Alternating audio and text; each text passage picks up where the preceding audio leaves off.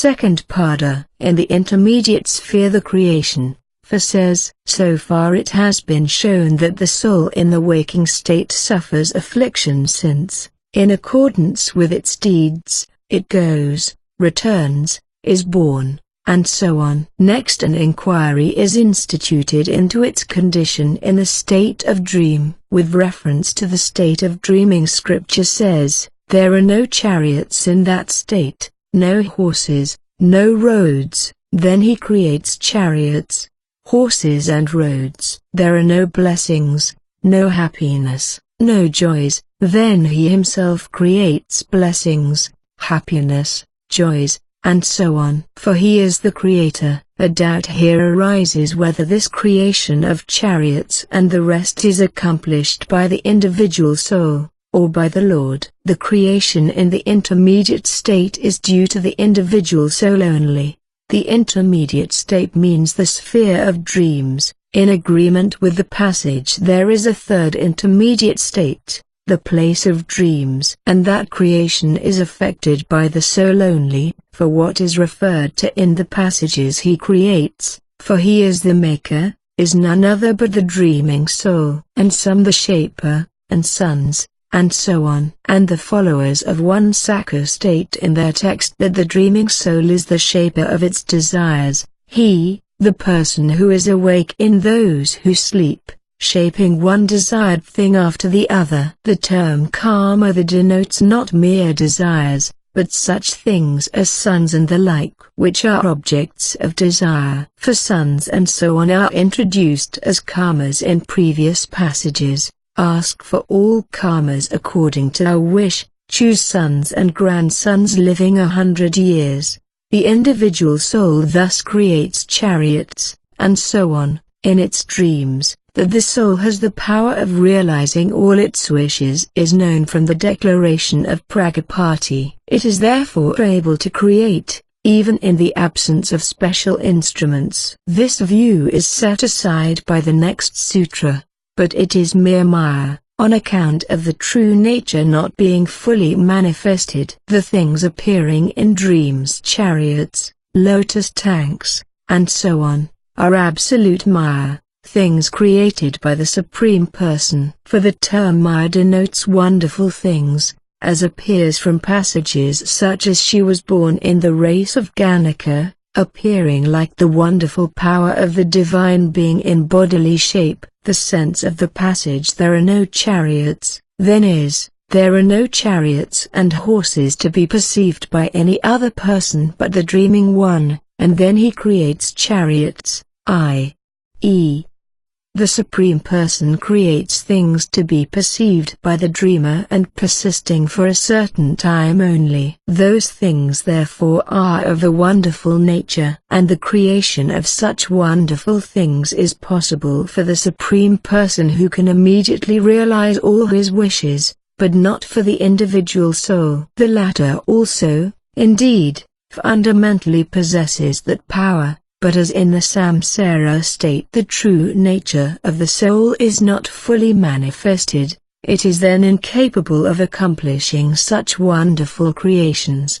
The text "the person shaping one desired thing after the other" declares the Supreme Person to be the Creator, for the clauses immediately preceding and following that text mention attributes distinctively characteristic of the Supreme Person. And the bring-up text, "for he is the maker," must therefore, in agreement with the Katha text, also be understood as declaring that it is the Supreme Person only that creates the things seen in a dream. But if it is the true nature of the soul to be free from all imperfections, and so on, why then does this not manifest itself? To this the next sutra replies, "But owing to the wish of the highest it is hidden. For from that are its bondage and the opposite state." The but sets the objection aside. Owing to the wish of the highest, the Supreme Person, the essential nature of the individual soul is hidden.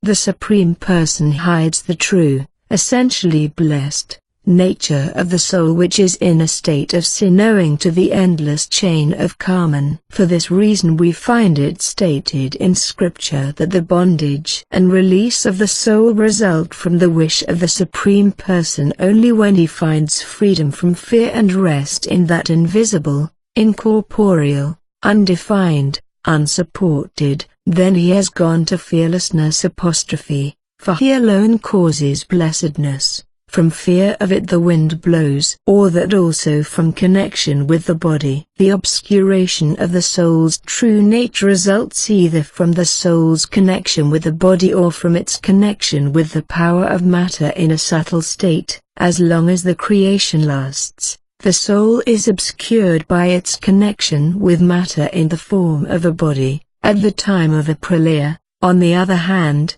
by its connection with matter of so exceedingly subtle a kind as not to admit of differentiation by means of name and form. As thus its true nature is not manifest, the soul is unable to create, in dreams, chariots, lotus tanks, and so on, by its mere wish. And what the texts say about a being that is awake in those who sleep and is the abode of all worlds can apply to the Supreme Person only. The things seen by an individual soul in its dreams therefore are specially created by the Supreme Person, and are meant by him to be a retribution, whether reward or punishment, for deeds of minor importance. They therefore last for the time of the dream only, and are perceived by that one soul only. And it is suggestive, according to Scripture, this the experts also declare. The things seen in dreams are not created by the wish of the individual soul for this reason also,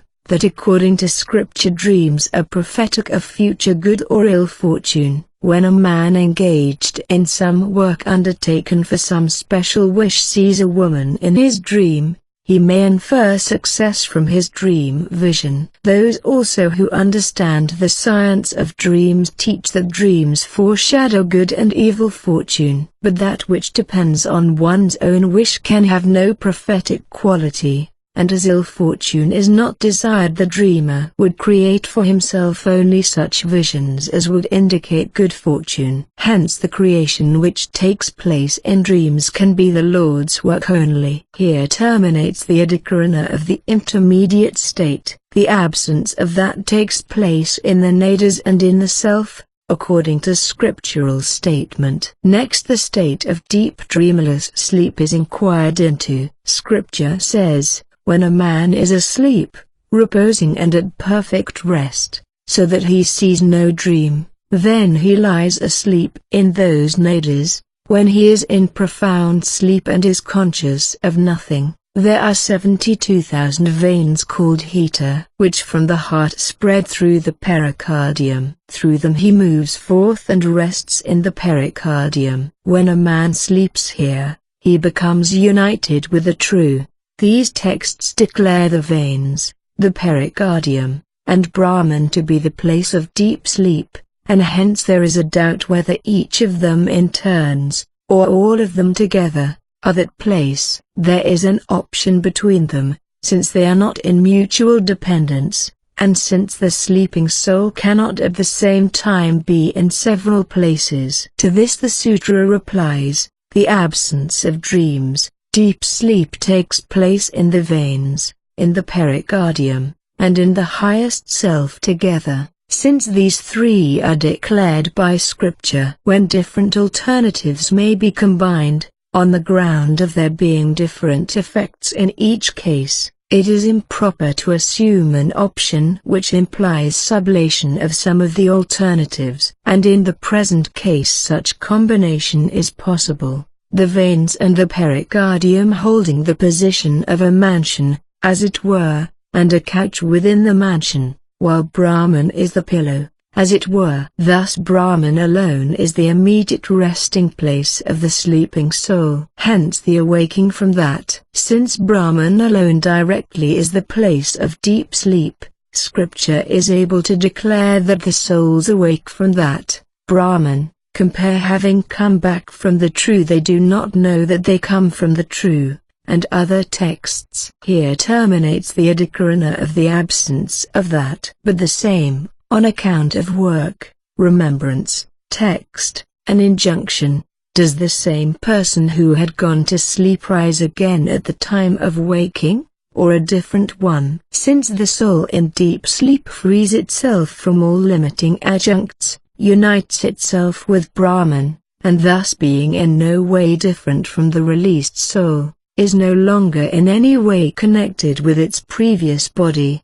organs, and so on, the person rising from sleep is a different one. This view the sutra sets aside, saying, but the same, for there remains the work, the good and evil deeds previously done by the sleeper, for which the same person has to undergo retribution before the knowledge of truth arises. There is next remembrance. I, the waking person, am the same as I who was asleep. Scripture also declares this, whatever these creatures are here, whether a lion, or tiger, or wolf, that they become again. And, lastly, the injunctions which enjoin certain acts for the sake of final release would be purportless if the person merged in deep sleep attained release. Nor can it be said that the sleeping soul is free from all limiting adjuncts and manifests itself in its true nature. For with regard to the sleeping person the text says,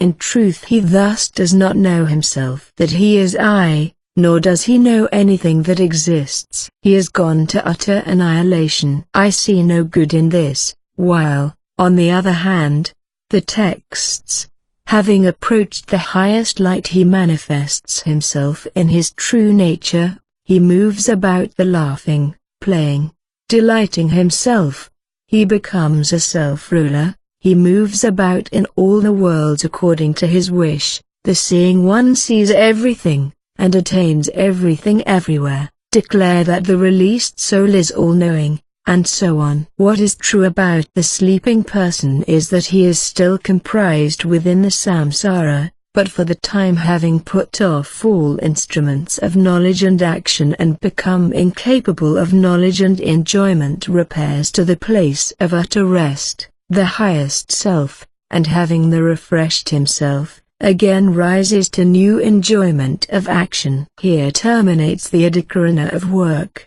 remembrance, text, and injunction. In the swooning person there is half combination, this being the remaining. With regard to a person lying in a swoon or stunned, the question arises whether that state of swoon is one of the other states, deep sleep and so on, or whether it is a special condition of its own.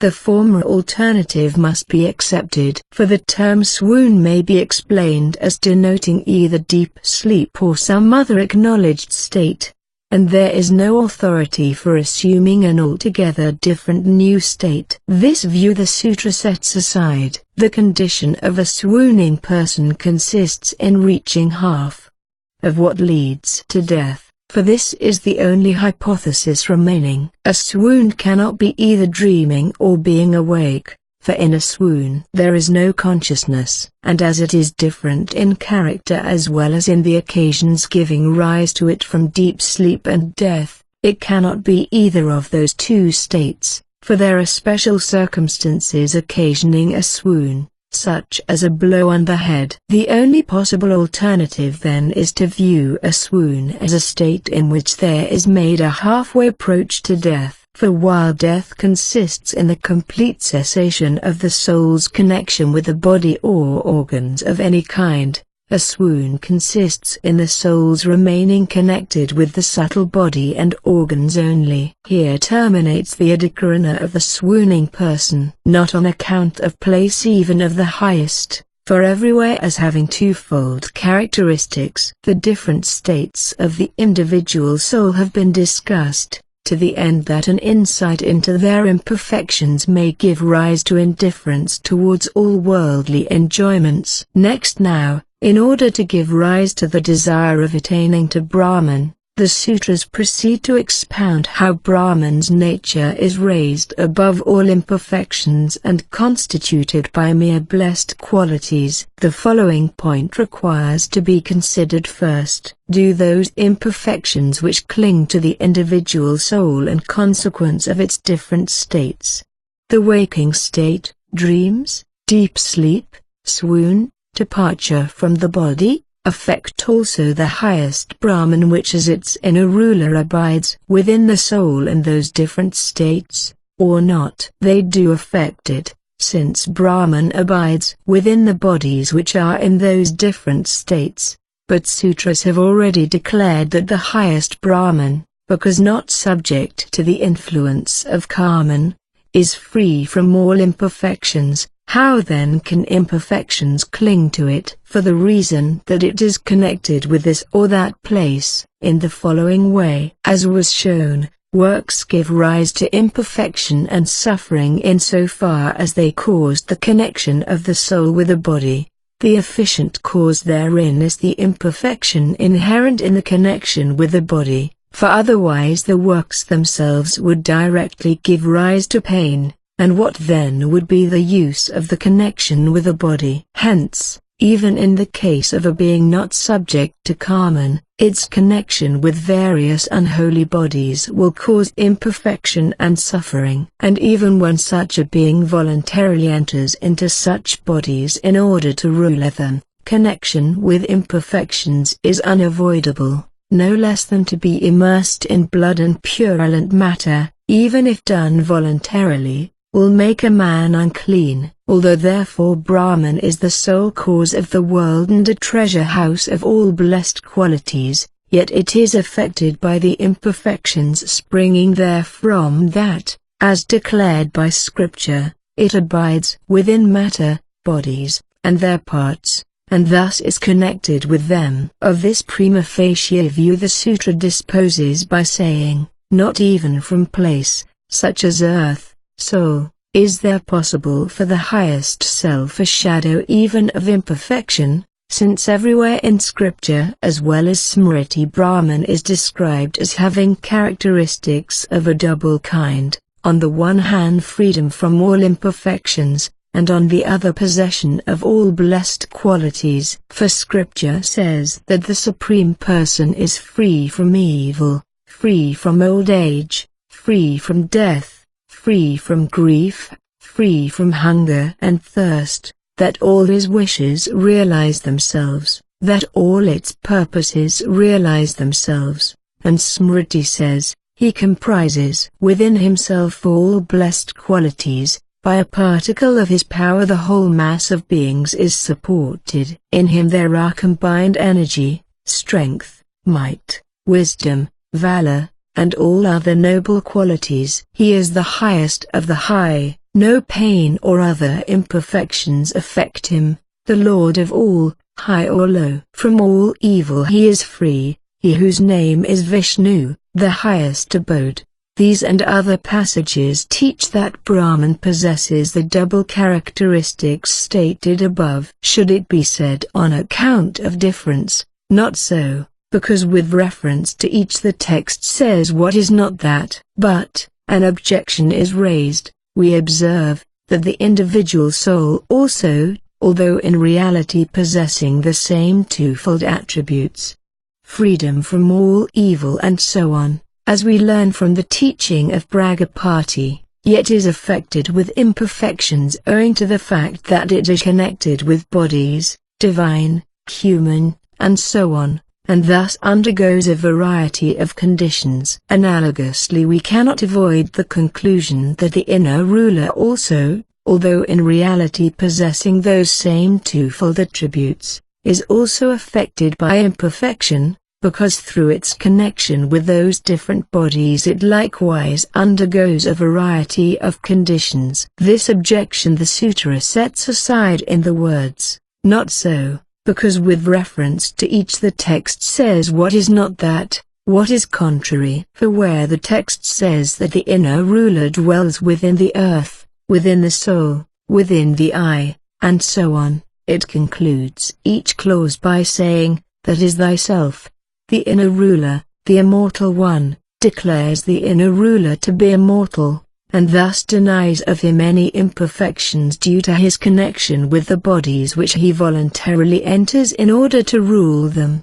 The true nature of the individual soul, on the other hand, is obscured as long as it is connected with a body. But, as the Purvapakshin has pointed out, even if the highest self voluntarily enters into bodies, it cannot escape connection with the imperfections which depend on the essential nature of those bodies. Not so, we reply. The fact is, that not even non-sentient things are, essentially or intrinsically, bad, but in accordance with the nature of the works of those beings which are under the rule of Karman, one thing, owing to the will of the Supreme Person, causes pain to one man at one time and pleasure at another time, and causes pleasure or pain to one person and the opposite to another person. If the effects of things depended on their own nature only, everything would at all times be productive for all persons, either of pleasure only or of pain only. But this is not observed to be the case. In agreement here with Smriti says, because one and the same thing causes pain and pleasure and envy and wrath, the nature of a thing cannot lie in itself, as the same thing which erst gave rise to love causes pain later on, and that which once caused anger now causes satisfaction. Nothing is in itself of the nature either of pleasure or of pain. To the soul therefore which is subject to karma, and the connection with different things is the source of imperfection and suffering, in agreement with the nature of its works, while to the highest Brahman, which is subject to itself only, the same connection is the source of playful sport, consisting therein that he in various ways guides and rules those things. Some also thus. Moreover, the followers of one Sakha explicitly teach that the connection with one and the same body is for the individual soul a source of disadvantage, while for the highest Brahman it is nothing of the kind, but constitutes an accession of glory insofar as it manifests him as a lord and ruler. Two birds, inseparable friends, cling to the same tree. One of them eats the sweet fruit, the other looks on without eating. But the text, having entered by means of that Giva self I will differentiate names and forms, teaches that the differentiation of names and forms depends on the entering into the elements of the Giva soul whose self is Brahman, and this implies that Brahman also, as the self of the individual soul, possesses definite shapes, divine, human, and so on, and is to be denominated by the corresponding names. Brahman thus falls within the sphere of beings to which injunctions and prohibitions are addressed, such as a Brahmana is to sacrifice, and hence necessarily is under the power of Karman. To this the next sutra replies, for without form merely, since it is the principal agent with regard to that Brahman, although by entering into bodies, human, divine, and so on, it becomes connected with various forms, yet is in itself altogether devoid of form, and therefore does not share that subjection to Karman which in the case of the soul is due to its embodiedness. Why? Because as it is that which brings about names and forms it stands to them in the relation of a superior. For the text, the ether indeed is the accomplisher of names and forms, that which is without these two is Brahman, teaches that Brahman, although entering into all beings, is not touched by name and form, but is that which brings about name and form. But, an objection is raised, if Brahman is the inner ruler of beings insofar as he has them for its body, how can it be said that it is altogether destitute of form? There is a difference, we reply. The individual soul is connected with the shape of the body in which it dwells because it participates in the pleasures and pains to which the body gives rise, but as Brahman does not share those pleasures and pains, it has no shape or form. And the scriptural injunctions and prohibitions apply to those only who are under the power of Karman. The highest Brahman therefore is like a being without form, and hence, although abiding within all things, free from all imperfection and endowed with all blessed qualities. But, an objection is raised. Texts such as the true knowledge, infinite is Brahman suggest a Brahman whose nature is constituted exclusively by non-differentiated light, while at the same time a Brahman endowed with qualities, such as omniscience, being the cause of the world, being the inner self of all, having the power of immediately realizing its wishes and purposes, is expressly negatived by texts such as not so, and therefore must be held to be false. How then can it be maintained that Brahman possesses the twofold characteristics and in the same way as consisting of light, not being devoid of meaning, in order that texts such as the true knowledge, infinite is Brahman may not be devoid of meaning? We have to admit that light constitutes the essential nature of Brahman, but analogously we have also to admit that Brahman possesses the twofold characteristics, for otherwise the texts declaring it to be free from all imperfections, all-knowing, the cause of the world, and so on, would in their turn be devoid of meaning, and says so much only. Moreover, the text the true knowledge, infinite is Brahman only teaches that Brahman has light for its essential nature, and does not negative those other attributes of Brahman, omniscience, being the cause of the world, which are intimated by other texts. What is the object of the negation in not so? Not so will be shown further on. Also shows, and it is also stated in Smriti, that Brahman is a treasure as it were of all blessed qualities and free from all imperfections. The whole body of Vedanta texts clearly declares, that highest great Lord of Lords, that highest deity of deities.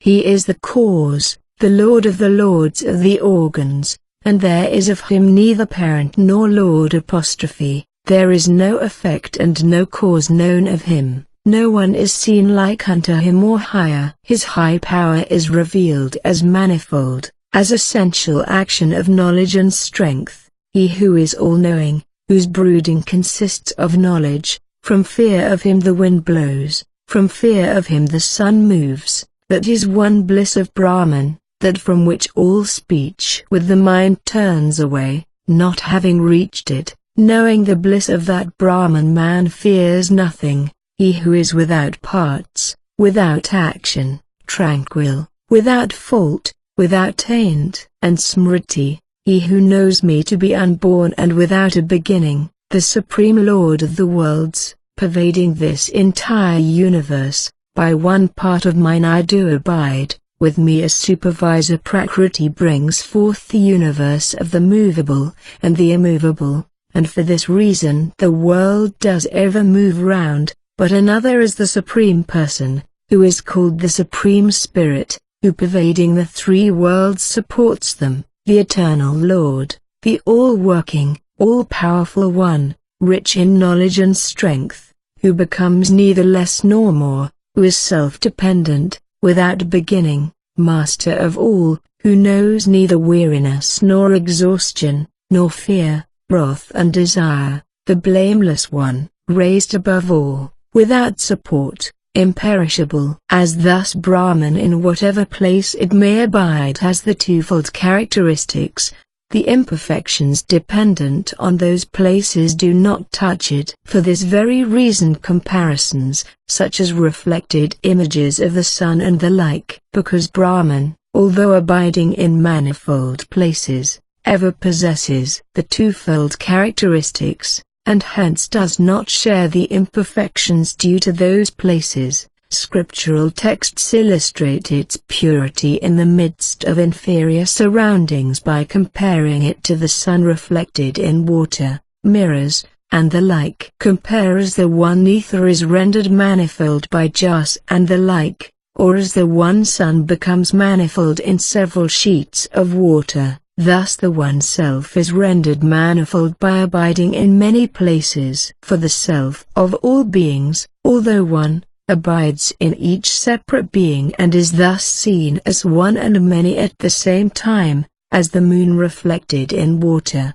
But because it is not apprehended like water, there is no equality that but indicates an objection. The highest self is not apprehended in earth and other places in the same way as the sun or a face is apprehended in water or a mirror. For the sun and a face are erroneously apprehended as abiding in water or a mirror, they do not really abide there. When, on the other hand, Scripture tells us that the highest self dwells in the earth, in water, in the soul, we apprehend it as really dwelling in all those places. That the imperfections caused by water and mirrors do not attach themselves to the sun or a face is due to the fact that the sun and the face do not really abide in the water and the mirror. Hence there is no real parallelism between the thing compared and the thing to which it is compared. The participation in increase and decrease,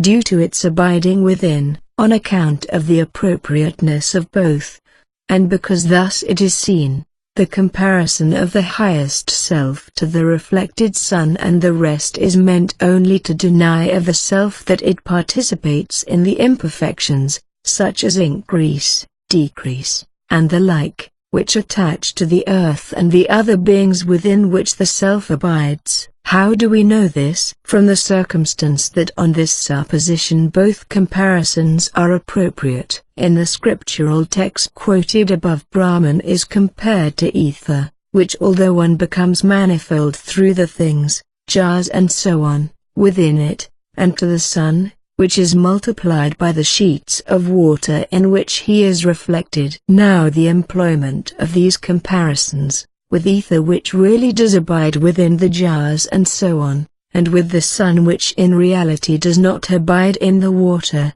is appropriate only if they are meant to convey the idea that the highest self does not participate in the imperfections inherent in earth and so on. Just as ether, although connecting itself separately with jars, pots, and so on, which undergo increase and decrease, is not itself touched by these imperfections, and just as the sun, although seen in sheets of water of unequal extent, is not touched by their increase and decrease, thus the highest self, although abiding within variously shaped beings, whether non-sentient like earth or sentient, remains untouched by their various imperfections, increase, decrease, and so on. Remains one although abiding in all of them, and ever keeps the treasure of its blessed qualities unsullied by an atom even of impurity. The comparison of Brahman with the reflected sun holds good on the following account. As the sun is not touched by the imperfections belonging to the water, since he does not really abide in the water and hence there is no reason for his sharing those imperfections, thus the highest self, which really abides within earth and the rest, is not affected by their imperfections, for as the nature of the highest self is essentially antagonistic to all imperfection, there is no reason for its participating in the imperfection of others. And as this is seen, this means, since we observe in ordinary life also that comparisons are instituted between two things for the reason that although they do not possess all attributes in common, they yet have some attribute in common, we say, this man is like a lion. The conclusion from all this is that the highest self, which is essentially free from all imperfections and a treasure as it were of all blessed qualities, in no way suffers from dwelling within the earth and the rest. An objection is raised. In the ADHYÄYA, in the chapter beginning, there are two forms of Brahman, the material and the immaterial. The whole material world, gross and subtle, is at first referred to as constituting the form of Brahman, and next a special form of Brahman is mentioned, And what is the form of that person? Like a saffron-colored raiment. But thereupon the text proceeds, now follows the teaching, not so, not so, for there is not anything else higher than this not so. This passage, referring to all the previously mentioned forms of Brahman by means of the word so, negatives them, intimating thereby that Brahman is nothing else than pure being, and that all distinctions are mere imaginations due to Brahman not knowing its own essential nature. How then can Brahman possess the twofold characteristics? To this the next sutra replies. For the text denies the previously declared so muchness, and declares more than that. It is impossible to understand the text not so as negativing those distinctions of Brahman which had been stated previously. If the text meant that, it would be mere idle talk. For none but a person not in his right mind would first teach that all the things mentioned in the earlier part of the section are distinctive attributes of Brahman, as which they are not known by any other means of proof, and thereupon deliberately negative his own teaching. Although among the things mentioned there are some which, in themselves, are known through other means of proof, yet they are not thus known to be modes of Brahman, and others again are known neither in themselves nor as modes of Brahman. The text therefore cannot merely refer to them as things otherwise known, but gives fundamental instruction about them. Hence the later passage cannot be meant as a sheer negation, but must be taken as denying the previously described so muchness of Brahman. The passage denies that limited nature of Brahman which would result from Brahman being viewed as distinguished by the previously stated attributes only. The word so refers to that limited nature, and the phrase not so therefore means that Brahman is not distinguished by the previously stated modes only. This interpretation is further confirmed by the fact that after that negative phrase further qualities of Brahman are declared by the text, for there is not anything higher than this not so. Then comes the name, the true of the true, for the pranas are the true, and he is the true of them. That means, than that Brahman which is expressed by the phrase not so there is no other thing higher, there is nothing more exalted than Brahman neither in essential nature or in qualities, and of that Brahman the name is the true of the true. This name is explained in the next clause. For the pranas, the term pranas here denotes the individual souls, so called because the pranas accompany them. They are the true because they do not, like the elements, undergo changes implying an alteration of their essential nature. And the highest self is the true of the true because while the souls undergo, in accordance with their karma, contractions and expansions of intelligence, the highest self, which is free from all sin, knows of no such alternations. He is therefore more eminently true than they are. As thus the complementary passage declares Brahman to be connected with certain qualities, the clause not so cannot deny that Brahman possess distinctive attributes, but only that Brahman's nature is confined to the attributes previously stated. Brahman therefore possesses the twofold characteristics that the clause not so negatives Brahman's being fully described by the attributes previously mentioned, was above proved on the ground that since Brahman is not the object of any other means of proof, those previous statements cannot refer to what is already proved, and that the final clause cannot therefore be meant to deny what the previous clauses expressly teach. The next sutra now confirms this circumstance of Brahman not lying within the sphere of the other means of proof. That unmanifested, for declares Brahman is not manifested by other means of proof, for scripture says, his form is not to be seen, no one beholds him with the eye. He is not apprehended by the eye nor by speech. Also in perfect conciliation, according to scripture and smriti. Moreover, it is only in the state of perfect conciliation or endearment, in meditation, bearing the character of devotion, that an intuition of Brahman takes place, not in any other state. This scripture and smriti alike teach that self cannot be gained by the Veda, nor by understanding, nor by much learning. He whom the self chooses, by him the self can be gained. The self chooses him as his own. When a man's nature has become purified by the serene light of knowledge, then he sees him, meditating on him as without parts. Smriti, neither by the Vedas, nor austerities, nor gifts, nor by sacrifice, but only by exclusive devotion, may I in this form be known and beheld in truth and also entered into. The scriptural text beginning 2 are the forms of Brahman,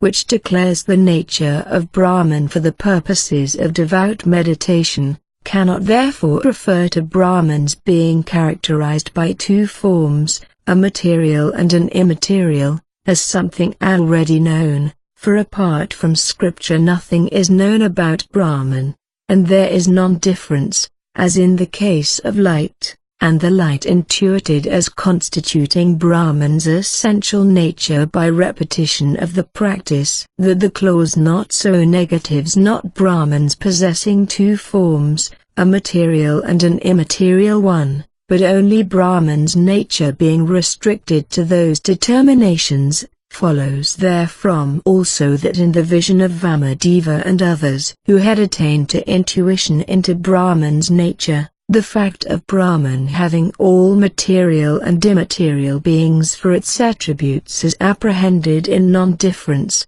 in the same way as the fact of light and bliss constituting Brahman's essential nature. Compare the text. Seeing this the Rishi Vamadeva understood, I am Manu and the sun, and that light and bliss constitute Brahman's nature, was perceived by Vamadeva and the rest through repeated performance of the practice of devout meditation. In the same way then, by repeated meditation, they also became aware that Brahman has all material and immaterial things for its distinguishing modes.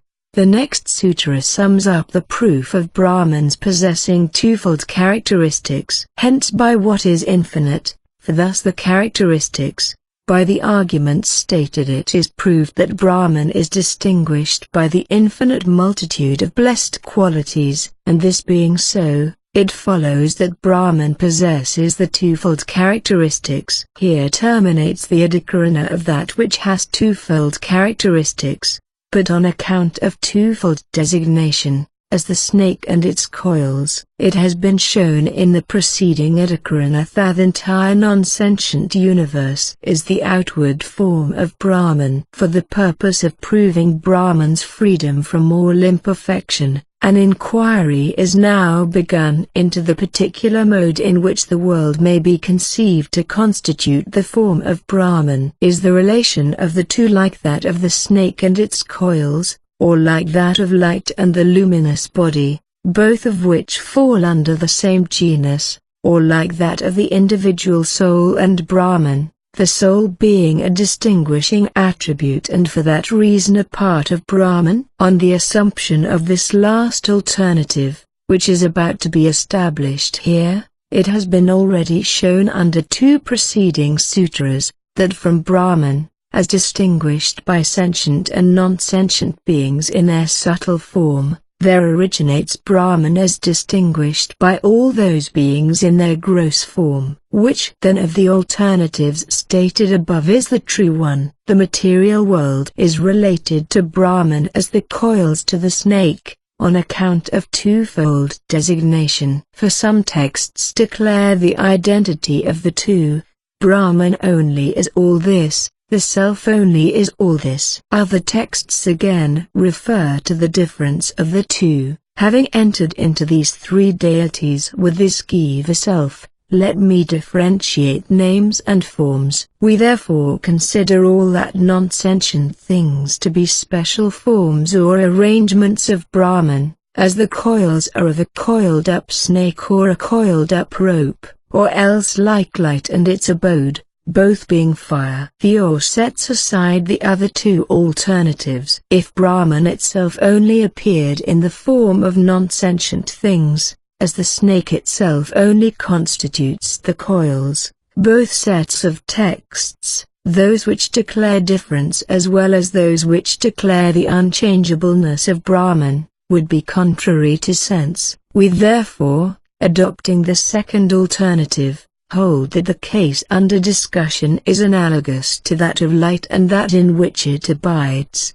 the luminous body. The two are different, but at the same time they are identical insofar as they both are fire. In the same way the non-sentient world constitutes the form of Brahman, or else in the manner stated above. The but sets aside the two preceding alternatives. One substance may indeed connect itself with several states, but the former of the two alternatives implies that Brahman itself constitutes the essential nature of non-sentient matter, and thus there is no escape from the objections already stated under Sutra 27. Let then the second alternative be adopted, according to which Brahma constitutes a genus inhering in Brahman as well as in non-sentient matter, just as fire constitutes the common genus for light and luminous bodies.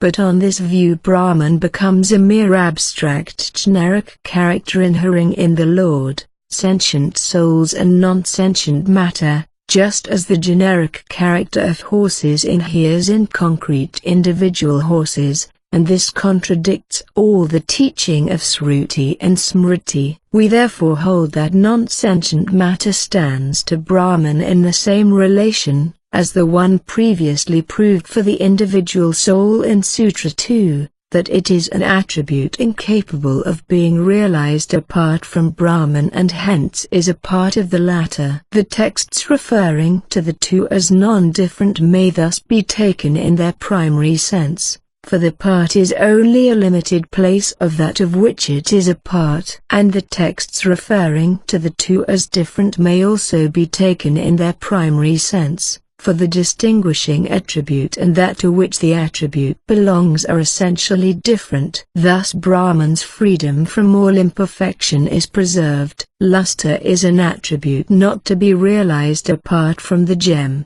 and therefore is a part of the gem. The same relation also holds good between generic character and individuals having that character, between qualities and things having qualities, between bodies and souls. In the same way souls as well as non-sentient matter stand to Brahman in the relation of parts. And on account of denial, texts such as this is that great unborn self, undecaying, undying, by the old age of the body that does not age, deny of Brahman the properties of non-sentient matter. From this it follows that the relation of the two can only be that of distinguishing attribute and thing distinguished, and hence of part and whole. Brahman distinguished by sentient and non-sentient beings in their subtle state is the cause, distinguished by the same beings in their gross state is the effect. The effect thus is non-different from the cause, and by the knowledge of the causal Brahman the effect is likewise known. All these tenets are in full mutual agreement. Brahman's freedom from defects also is preserved, and this and Brahman's being the abode of all blessed qualities prove that Brahman possesses the twofold characteristics. Here terminates the adhikarana of the coils of the snake. Higher than that, on account of the designations of bridge, measure, connection, and difference. The sutras now proceed to refute an erroneous view based on some fallacious arguments, that there is a being higher even than the highest Brahman, the supreme cause, material as well as operative, of the entire world, a refutation which will confirm the view of Brahman being free from all imperfections and a treasure as it were of countless transcendently exalted qualities. There is some entity higher than the Brahman described so far as being the cause of the world and possessing the twofold characteristics. For the text that self is a bank, A boundary designates the self as a bank or bridge. And the term setu means in ordinary language that which enables one to reach the other bank of a river, and from this we conclude that in the Vedic text also there must be meant something to be reached. The text further says that that bridge is to be crossed. He who has crossed that bridge, if blind. This also indicates that there must be something to be reached by crossing. Other texts, again, speak of the highest Brahman as something measured, limited. Brahman has 4 feet, 16 parts. Such declarations of Brahman being something limited suggest the existence of something unlimited to be reached by that bridge. Further, there are texts which declare a connection of the bridge as that which is a means towards reaching, and a thing connected with the bridge as that to be reached. The highest bridge of the immortal, he is the bridge of the immortal. For this reason also there is something higher than the highest, and other texts again expressly state that being beyond the highest to be something different. He goes to the divine person who is higher than the highest. By this person this whole universe is filled. What is higher than that is without form and without suffering. All this combined shows that there is something higher than the highest Brahman. The next sutra disposes of this view, but on account of resemblance the but sets aside the purvapaksha. There is no truth in the assertion that from the designation of the highest as a bhaj it follows that there is something beyond the highest. For Brahman in that text is not called a bank with regard to something to be reached thereby, since the additional clause for the non-confounding of these worlds declares that it is compared to a bridge or bank insofar as it binds to itself the whole aggregate of sentient and non-sentient things without any confusion, and in the clause having passed beyond that bridge the passing beyond means reaching, as we say. He passes beyond the Vedanta, meaning he has fully mastered it. It subserves the purpose of thought, as in the case of the feet. Where the texts speak of Brahman as having 4 quarters, and 16 parts, or say that 1/4 of him are all these beings, they do so for the purpose of thought, meditation, only. For as texts such as the truth, knowledge, infinite is Brahman teach Brahman, the cause of the world, to be unlimited. It cannot in itself be subject to measure. The texts referring to measure therefore aim at meditation only, in the same way as texts such as speech is 1 foot of him, breath another, the eye another, the mind another. But how can something that in itself is beyond all measure, for the purpose of meditation, be spoken of as measured? To this the next sutra replies, owing to difference of place, as in the case of light, and so on. Owing to the difference of limiting adjuncts constituted by special places, such as speech, and so on, Brahman insofar as connected with these adjuncts may be viewed as having measure, just as light and the like although spread everywhere may be viewed as limited, owing to its connection with different places, windows, jars, and so on. And on account of possibility. Nor is there any truth in the assertion that, because texts such as he is the bridge of the immortal intimate a distinction between that which causes to reach and the object reached, there must be something to be reached different from that which causes to reach. For the highest self may be viewed as being itself a means towards itself being reached. The self cannot be reached by the Veda, and so on. He whom the self chooses by him the self can be gained. Thus, from the denial of anything else. Nor can we allow the assertion that there is something higher than the highest because certain texts refer to such a difference, for the same texts expressly deny that there is anything else higher than the highest, than whom there is nothing else higher, than whom there is nothing smaller or larger. So also other texts, for there is nothing else higher than this not so apostrophe. Of him none is the Lord. His name is great glory, But what then is the entity referred to in the text Tato Yadutara apostrophe? The passage immediately preceding, I know that great person, a man who knows him passes over death, had declared that the knowledge of Brahman is the only way to immortality, and the clause, higher than whom there is nothing else, had confirmed this by declaring that Brahman is the highest and that there is no other thing higher. In agreement herewith we must explain stanza 10 as giving a reason for what had been said, because that which is the highest, the Supreme Person, is without form and without suffering, therefore those who know him become immortal. On any other explanation stanza 10 would not be in harmony with stanza 8 where the subject is introduced, and with what is declared in stanza 9. Analogously in the text he goes to the Divine Person who is higher than the highest. The highest means the aggregate soul, which in a previous passage had been said to be higher than the high imperishable, and the higher refers to the Supreme Person, with all his transcendent qualities, who is superior to the aggregate soul. The omnipresence by that, from the declaration of extent, that omnipresence which is possessed by that, by Brahman, and which is known from declarations of extent, and so on, from texts which declare Brahman to be all-pervading, is also known from texts such as higher than that there is nothing. Declarations of extent are the following: by this person this whole universe is filled,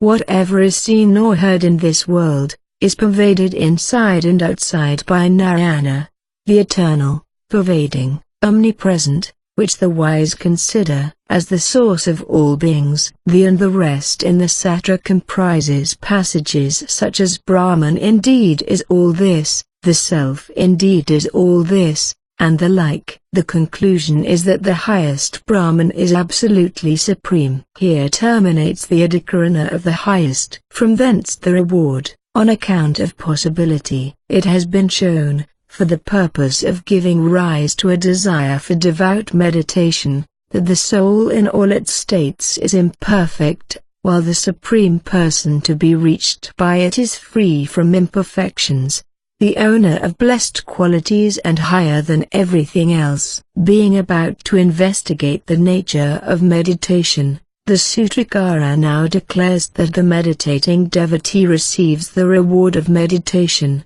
release, which consists in attaining to the highest person, from that highest person only, and that analogously the rewards for all works prescribed by the Veda, whether to be enjoyed in this or the next world, come from the highest person only. The sutra therefore says generally, from thence the reward. Why so? Because that only is possible. For it is he only, the all-knowing, all-powerful, supremely generous one, who being pleased by sacrifices, gifts, offerings, and the like, as well as by pious meditation, is in a position to bestow the different forms of enjoyment in this and the heavenly world, and release which consists in attaining to a nature like his own. For action which is non-intelligent and transitory is incapable of bringing about result connected with a future time. And on account of scriptural declaration,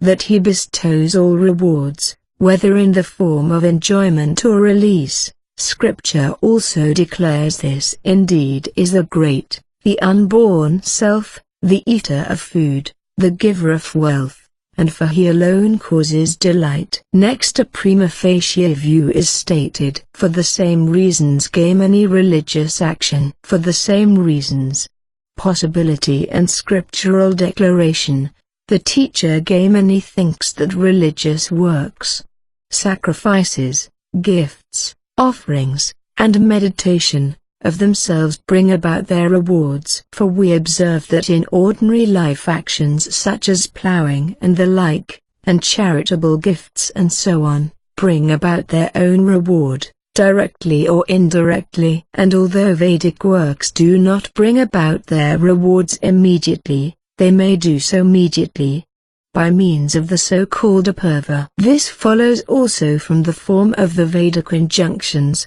such as he who is desirous of the heavenly world is to sacrifice. As such injunctions enjoin sacrifices as the means of bringing about the object desired to be realized. The heavenly world and the like, there is no other way left than to assume that the result is accomplished by the mediation of the apurva. But the former, VEDÂNTA, on account of the designation as the cause, the Reverend VEDÂNTA maintains the previously declared awarding of rewards by the Supreme Person, since the scriptural texts referring to the different sacrifices declare that the deities only, Agni, Vayu, and so on, who are propitiated by the sacrifices, which are nothing else but means to propitiate deities, are the cause of the rewards attached to the sacrifices. Compare texts such as "Let him who is desirous of prosperity offer a white animal to Vayu, for Vayu is the swiftest god." The man thus approaches Vayu with his proper share, and Vayu leads him to prosperity. And the whole instruction which the texts give, as to the means by which men desirous of certain results are to effect those results, is required on account of the injunctions only, and hence it cannot be doubted that it has reference to the injunctions. The apparatus of means to bring about the results thus being learnt from the text only, no person acquainted with the force of the means of proof will assent to that apparatus, as stated by the text, being set aside an apurva about which the text says nothing, being fancifully assumed, and that the imperative verbal forms of the injunctions denote as the thing to be effected by the effort of the sacrificer, only that which on the basis of the usage of language and grammatical science is recognized as the meaning of the root element of such words as yajita, the sacrifice,